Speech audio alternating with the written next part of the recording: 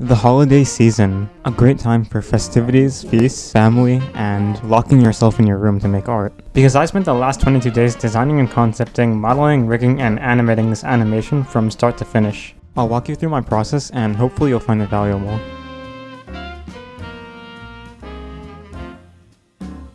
Let's first talk a little bit about the ideation. Now obviously the first thing we have to do is plan out the most important part of the scene, our character.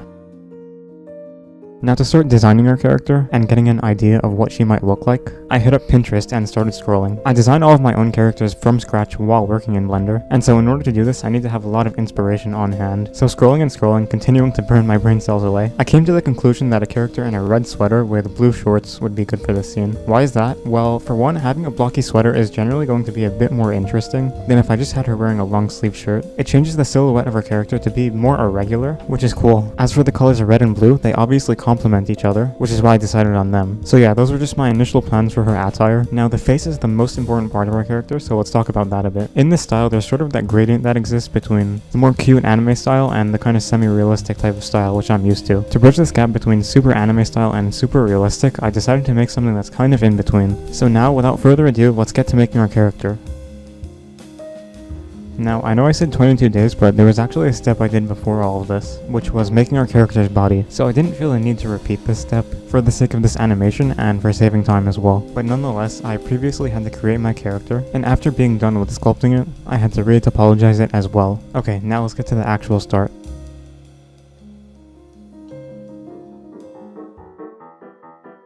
Alright, fully blank canvas. I've been here many times before. First, I'll assign a base color to our character and add an outline to give her some contour. Next, let's position the eyes into place. Keep in mind, for an anime style character like this, I'm gonna flatten the front of the eyes a lot because we don't want it to be super curved. Let's give a base color for her eyes as well. White will do. Draw in a cornea with black, add in a curve above the eye that we can use as the main eyelash, and can't forget to give it that feminine curviness.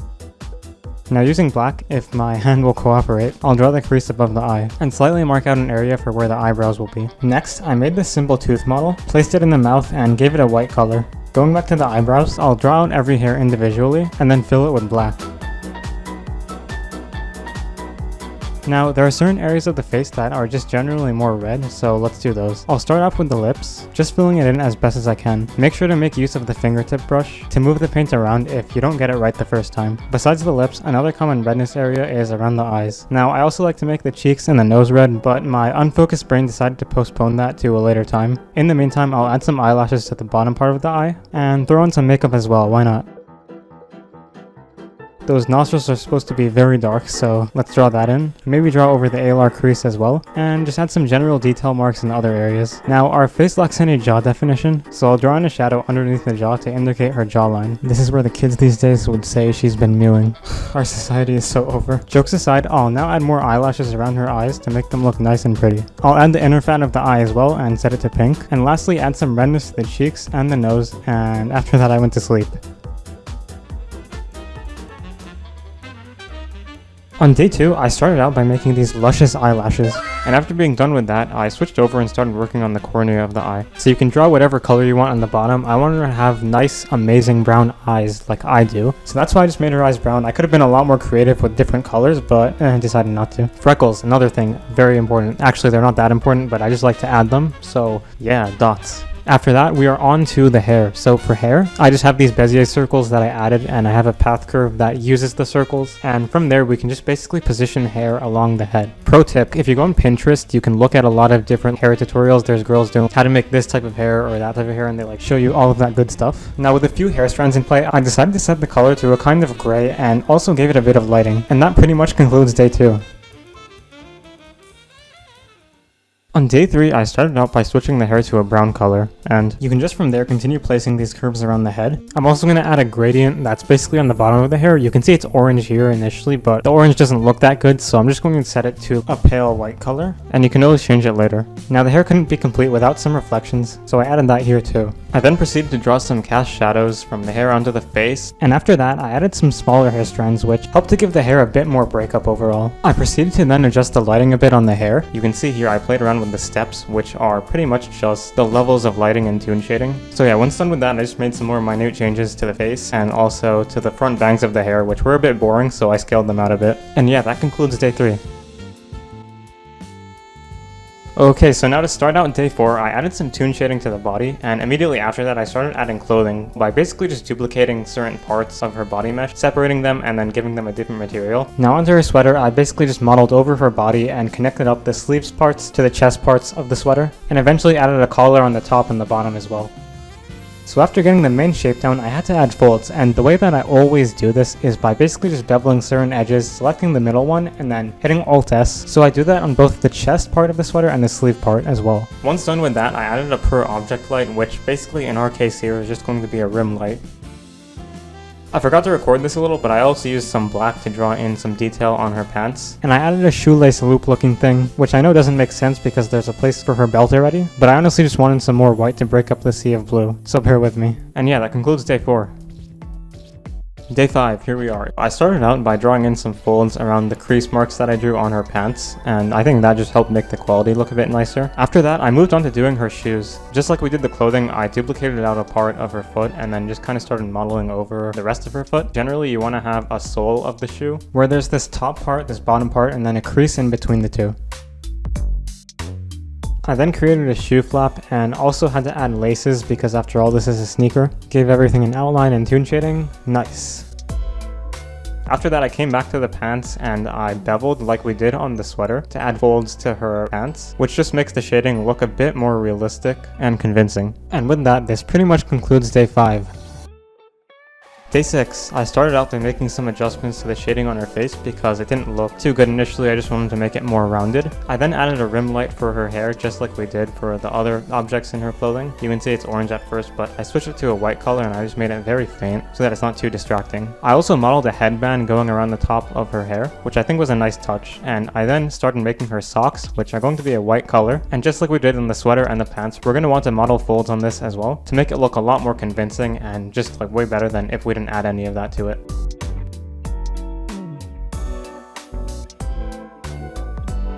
I also decided to add some earrings, just a nice touch to her face I think. So yeah, gold loop plus red gem. Back to the pants, at this point I did realize it was a little bit unrealistic because she has both the white loop strings and the area for the belt. But anyways, to finish out day 6, I drew these really cool Japanese calligraphy words. Ultimately in the end I didn't really keep it, but it was just a cool thing to experiment with. And I also made these heart objects, which were basically just some other background elements that I wanted to use for the time being. Alright, day 7 done, so let's go on to the next one. Are you interested in learning to make high quality stylized art in Blender, but are maybe struggling on having a clear path to learning it? If so, check out my stylized art masterclass on ukiyo. I'll show you how to sculpt, model, and rig this character so it's ready for animation completely from scratch, as well as how to give it dynamic lighting and all of that great stuff, even if you're a beginner who only knows the very basics of Blender. This will completely transform you from a beginner to someone who has a serious understanding and skill, not just in Blender, but in concepting and design in general. You'll also get access to my Ukiyo character model and portrait series where I show you step by step how to make this character, as well as 2 full courses going in depth on how I made these koi pond and sunflower scenes. And by the way, you get lifetime access to all of this stuff as well as updates. Not only that, but you'll gain access to my observational series as well, where I talk about my methods called the layered method and custom concepting, which is what I actually think about while making my scenes, because the process of choosing colors and values is infinitely more important than, you know, the button pressing we do in Blender. It doesn't end there though. You'll also get access to the Stylized Suite add-on, which I talk about in this video, which allows you to make amazing shaders without even ever touching the shader editor. So if you're ready to jump in and really master this style, check out ukiyo. I don't hold anything back inside. And if you do join, I hope to see you inside of our private Discord community. Okay, back to the video. On this day, we're finally going to start the process of modeling the Shiba Inu. Very exciting, I know. What I do is I add a plane and I cut off half of it and I cut one of the edges as well, and then using the skin modifier, it will kind of generate some geometry around these points. Pretty much using this method, you can just kind of block out the overall shape of a dog and what that looks like. So you can see me doing that here, just making all of the parts. Obviously, I'm looking at a lot of pictures of dogs from side views and front views to try and get this right. Once you're done with the skin modifier, you can apply it and then go into sculpting, and then just like you'd sculpt anything else, use all of the handy sculpting tools to do your bidding, and yeah. I know the eyes can be a pretty tricky area, so what I usually do in my head is imagine them as human eyes, because there's a lot of similarity in its form. I moved to the feet after that, and I used masking to basically block out a part for where the toes, not the toes, what are they called? The claws, yeah, the claws. And then after I was done with that, I added some spikes to the tail, because it will appear when we curl it. Alright, now for the part that I know we all hate, which is retopology. So since we made a sculpt, obviously the geometry is all messed up. So as a result, we need to retopologize it, which is basically taking a plane and just modeling over the entire sculpt so that it has a better topology and it can actually deform properly for animation. This took a fair bit of time and was quite annoying, but it was fine in the end, especially for retopologizing like the toes. It was such a pain. For example, I had to first add a circle with a low vertex count and then position it on the toes and then use a masking to isolate each toe, and yeah, it was just a big headache. But yeah, that's pretty much all I did in this day. Alright, another day, another dollar. Not really, but basically, this time what we're doing is we're going to be doing more of the texturing for the dog. First, I wanted to add an eye bag though, which is basically just to encapsulate the sphere that we have for the eyeball. And after that, I had to unwrap our Shiba Inu because since we're going to texture paint on it, we need it to be UV unwrapped. So I just marked some seams around the body and unwrapped it, and then I was ready to texture paint. So I started off by using black to basically go around the eye area, and after that I moved over to the nose. I also had to create a mouth bag, which will be important later when we add the teeth and tongue and actually open the mouth. After that, I just started drawing orange on the dog pretty much. At this point, I was just looking at a lot of pictures of Shiba Inus and trying to really just get my thoughts down in the form of this orange paint on what the texture should look like. And eventually I added some Toon shading to it as well. And yeah, this was a decent start for this day.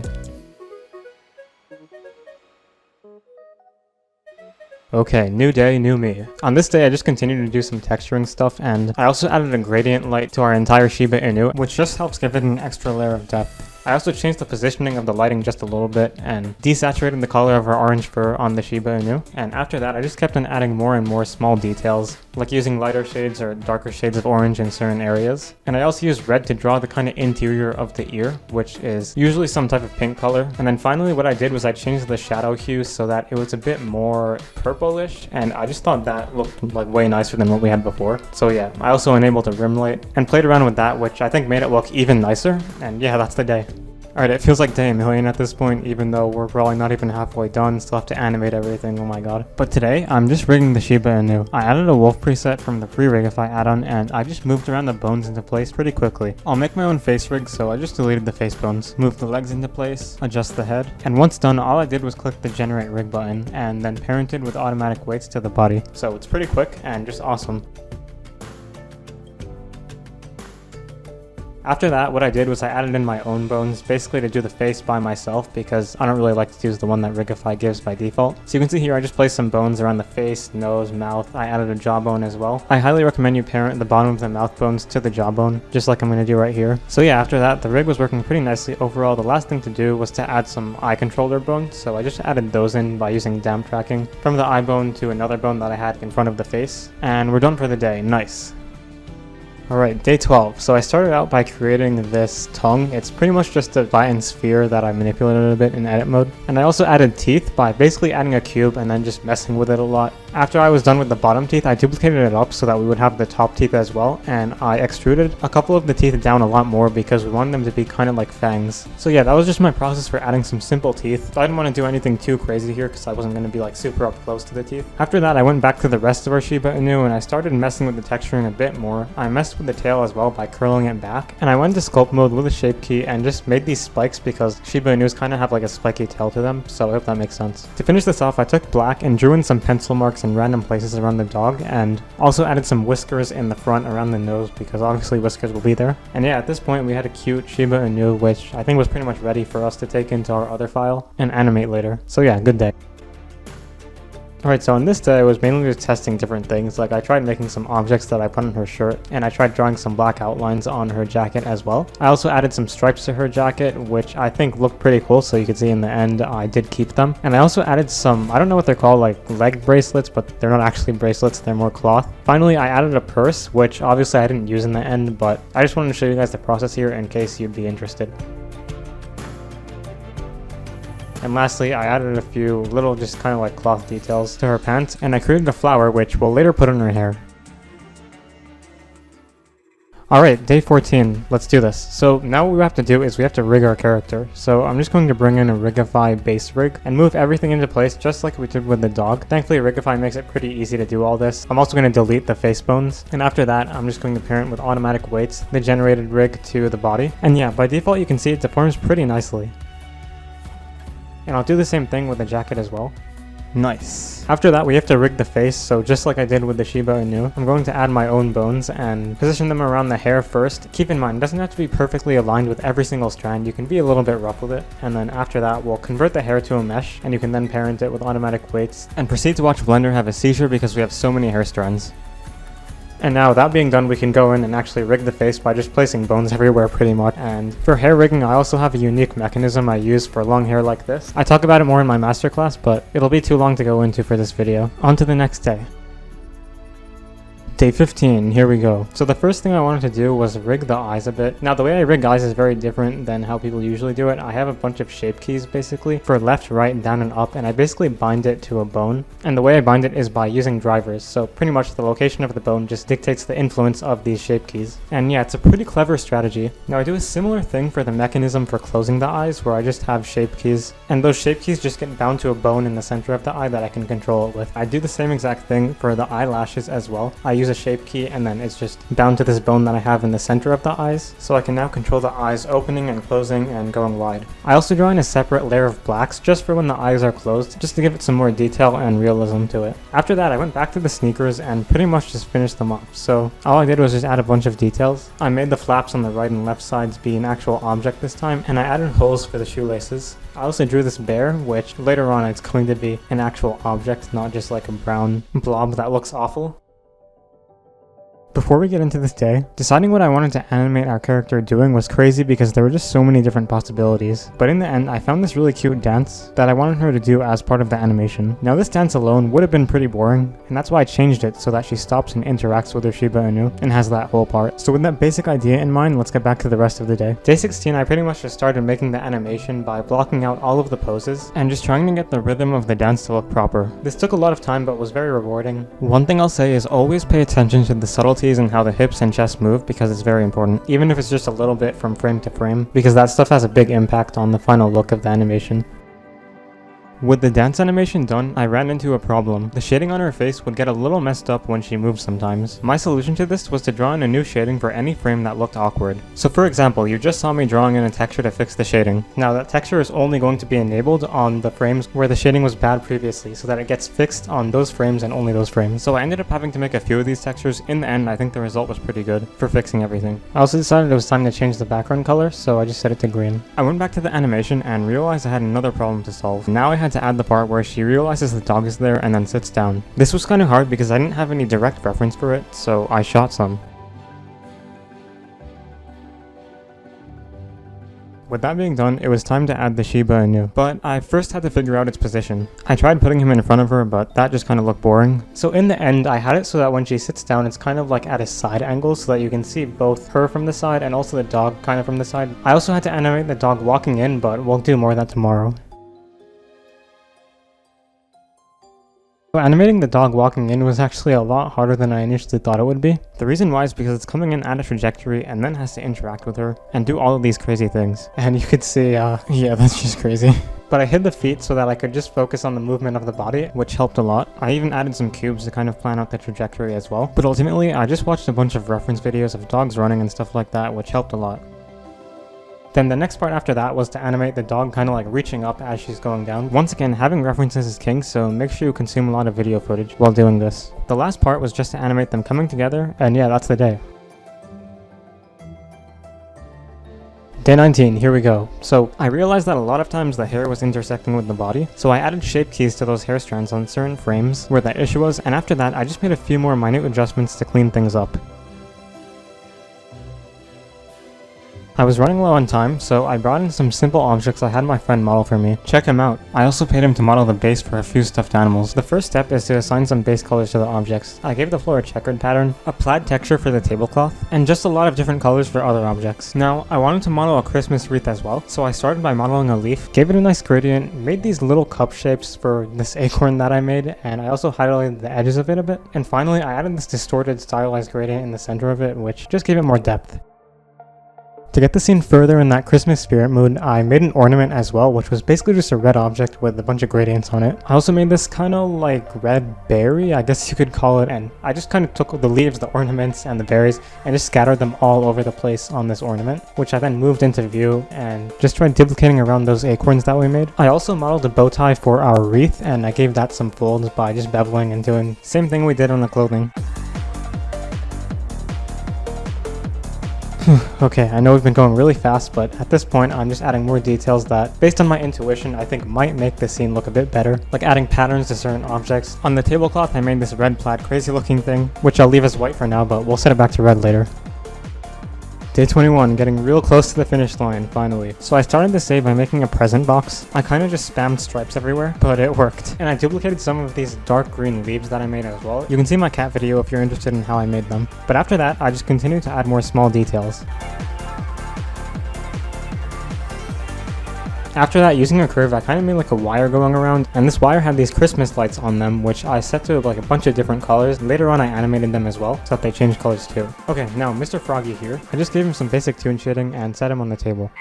For the TV, I unwrapped just where the screen portion is and gave that a separate material. And for the material, it was just a video, which at first was my sister's cat, but I really didn't think it fit with the scene well as much as I wanted to add it, so you'll see me change that later. Finally, I also added some branches with leaves on it and those cherry things as well. And these are just going to be kind of like on the sides of the scene. And lastly, I added some harsh and soft detail to the wood in the back, but you can see my cat video where I talk about the theory as to why I do that.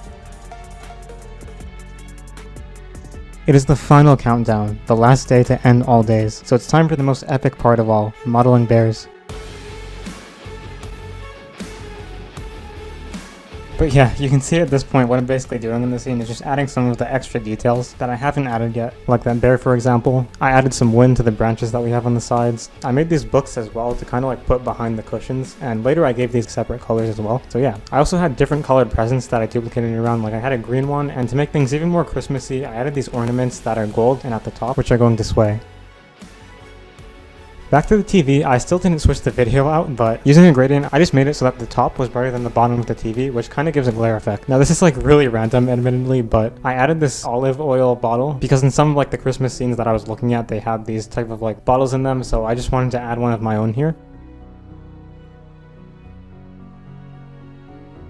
One other touch is I added some god rays to the left side of the scene, but that's optional. I didn't really think it made it look that better, but it was a nice touch. I also wanted the shading on the Shiba Inu to be a little bit more furry looking in the last part of the animation, so you can see me here drawing that in. Okay, one other thing is I made the eyes bigger, and not only that, I gave her some glasses around her eyes as well, and I just did that for my own personal taste. Okay, that's it. Regarding compositing, I sent the video to my iPhone and used the dramatic warm filter, and in Blender I had used the sharpen effect. Thank you guys so much for watching if you stuck to this point. Be sure to check out ukiyo if you're interested in this style, and I'll catch you guys in the next video.